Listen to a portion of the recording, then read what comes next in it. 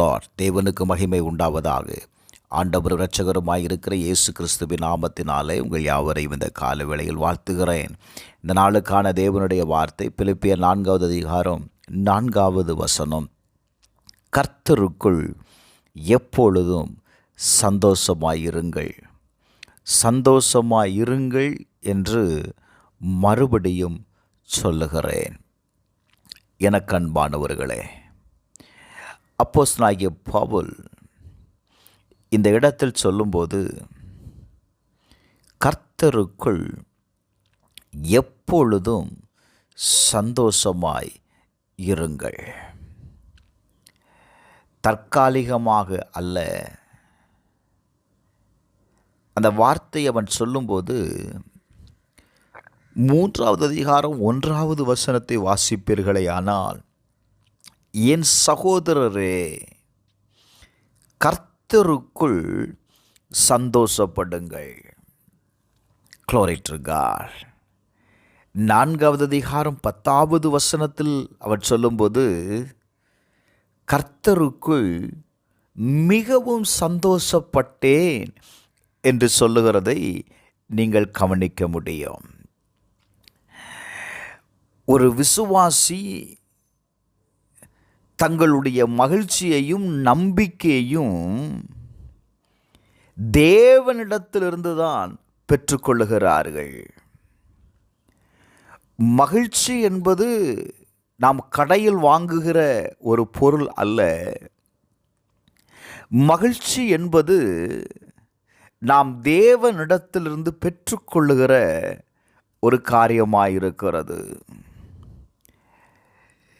இந்த மகிழ்ச்சி என்பது நீங்கள் கலாத்தியர் 5வது அதிகாரம் 22லிருந்து 23வது வசனம் வரை வாசிக்கும்போது இது ஒரு ஆவியின் கனியை குறிக்கிறது.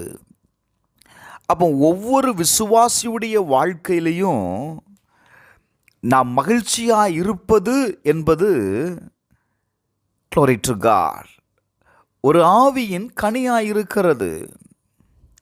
இன்றைக்கு அநேகருடைய வாழ்க்கையில் மகிழ்ச்சி அப்படின்னா என்னன்னே தெரியாமல் வாழ்ந்து கொண்டு இருக்கிறார்கள். தன்னுடைய போராட்டங்கள், தன்னுடைய பிரச்சனைகள், தன்னுடைய தேவைகள், தன்னுடைய வாழ்க்கையில் இருக்கிற பலகீனத்து நிமித்தம் தேவனால் கொடுக்கப்படுகிற இந்த மகிழ்ச்சியை அடையாதபடி அவர்கள் என்ன செய்கிறார்கள் தெரியுமா? தன்னுடைய அந்த வேதனையோடு கூடிய வாழ்க்கையவே வாழ்ந்து கொண்டு தன்னுடைய வாழ்க்கையை முடித்து கொள்ளுகிறார்கள். அப்போஸ்தலனாகிய பவுல் சொல்லுகிறான், மகிழ்ச்சி என்பது எல்லா நேரத்திலேயும் நம்முடைய வாழ்க்கையில் இருக்க வேண்டிய ஒரு பகுதி. Glory to God. நீங்கள் மகிழ்ச்சியாக இருப்பது தாங்க தேவனுடைய பலன். அப்போ ஒவ்வொருவரும் நம்முடைய வாழ்க்கையில் என்ன செய்யணும் அப்படின்னு பவுல் சொல்கிறார் அப்படின்னா, நீங்கள் மகிழ்ச்சியாக இருப்பதில் நீங்கள் கவனம் செலுத்த வேண்டும். நீங்கள் ஒருவேளை இந்த கால வேளையில் கேட்கலாம், எப்படி இந்த பிரச்சனையை வச்சுட்டு, எப்படி இந்த போராட்டத்தை வச்சுட்டு, எப்படி இந்த கவலையை வச்சுட்டு என்னால் மகிழ்ச்சியாக இருக்க முடியும்னு நீங்கள் கேட்கலாம். நான் சொல்கிறேன், நீங்கள் சந்திக்கிற போராட்டத்தை, நீங்கள் சந்திக்கிற பிரச்சனையை, நீங்கள் சந்திக்கிற வேதனையை மேற்கொள்வதற்கு வேண்டிய தேவ பலனை பெற்றுக்கொள்வதற்கு நீங்கள் என்ன செய்யணும்னா மகிழ்ச்சியாக இருக்கணும். உங்களை சத்துரு உங்களுக்குள் இருக்கிற மகிழ்ச்சியை அவன் எடுத்துக்கொண்டு உங்களுக்குள் என்ன வைக்கிறான் அப்படின்னா, உங்கள் பிரச்சனையவே, உங்கள் போராட்டத்தையே, உங்களுடைய சூழ்நிலையவே அவன் காண்பித்து உங்களுடைய பிரச்சனைகளை Glory to God உங்களுக்கு முன்பாக எப்பொழுதும் வைத்து கொண்டே இருக்கிறான். ஒரு காரியத்தை நீங்கள் புரிந்து கொள்ளுங்கள்.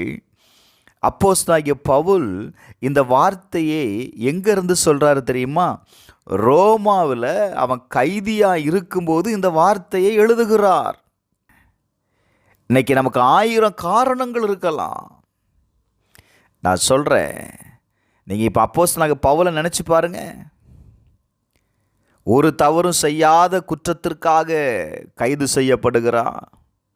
கப்பலில் கொண்டு போகிறாங்க, சேதம் உண்டாகுது, பிரச்சனைகள் எதிர்மறையாக இருக்கிறது, போன இடத்துல விஷப்பாம்பு கடிக்குது.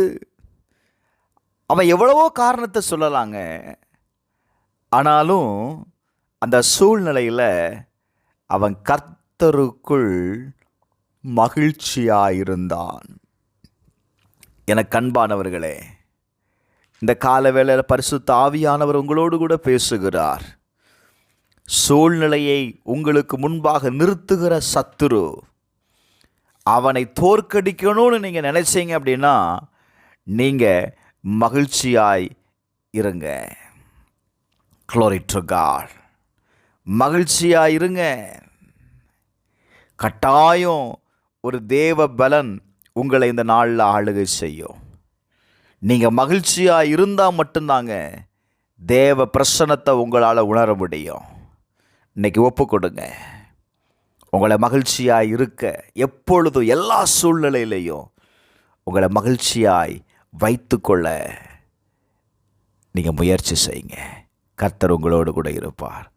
அன்பின் பரலோக பிதாவே, இயேசுவின் நாமத்தில் இந்த கால வேளையில் தேவனை நோக்கி பார்க்கிற ஒவ்வொருவருக்காக ஜெபிக்கிறப்பா.